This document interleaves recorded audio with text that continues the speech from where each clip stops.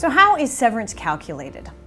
First thing you need to do is you need to check if there's an employment agreement that outlines or defines how much severance an employee should receive in any given circumstance. If there is, you have to consider if it's legal, and if it's legal, you have to follow it. Outside of an employment contract or specific agreement about severance, we look to the common law, which is really considered the default. The common law is judge-made law, and over the years, judges have developed a test to assess and determine how much severance or notice someone should get in a situation where there's a termination without cause.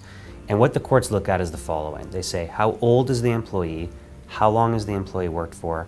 What type of job is the employee doing? And how long would it take that employee to find a comparable job having regard to his or her qualifications, training, and experience? And finally, you look at precedents, which are the comparables. So what did other people who were similarly situated, what did they get in court from the judges?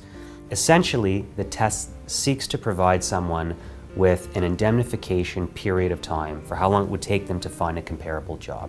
And there really is no rule of thumb. You can't say that it's going to be 1 month for each year of service. The courts will look at that and basically say, what do we think is fair in the circumstances? Are there any online calculators or any other rules that people can turn to get some sense about either how much they must pay as an employer or how much an employee should get? Sure. So in each situation of a termination, there's a statutory requirement which is found in provincial and federal employment standards legislation that sets out what the minimum amount of severance or notice is going to be, and an employer must always follow it without exception. So you have to consult the relevant legislation and determine what the minimum amount is. And usually the courts have said in almost all circumstances that the minimum isn't enough. You have to go over that, and that's when we consider that default test that I had just mentioned. All right, thanks very much. Thank you.